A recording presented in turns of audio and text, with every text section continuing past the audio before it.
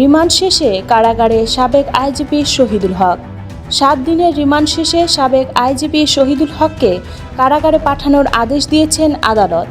বৈষম্য বিরোধী কোটা আন্দোলনে ব্যবসায়ী আব্দুল ওয়াদুদ হত্যা মামলায় গত 4 সেপ্টেম্বর আদালতের রিমান্ড মঞ্জুর করেন। ওই রিমান্ড শেষে আজ বুধবার সকালে তাকে আদালতে হাজির করে কারাগারে আটক রাখার আবেদন করেন তদন্ত কর্মকর্তা নিউ মার্কেট থানার সাব ইন্সপেক্টর বায়েজিদ বোস্তামি। ঢাকার মেট্রোপলিটন ম্যাজিস্ট্রেট আলী হায়দার শুনানি শেষে তাকে কারাগারে পাঠানোর আদেশ দেন। গত 4 সেপ্টেম্বর তার 7 দিনের রিমান্ড মঞ্জুর করেন আদালত। ওই দিন মোহাম্মদপুরে মুদি দোকানদার আবু সাইদ হত্যা মামলায় আরেক সাবেক আইজিপি চৌধুরী আবদুল্লাহ আল মামুনের 8 দিনের রিমান্ড মঞ্জুর করা হয়।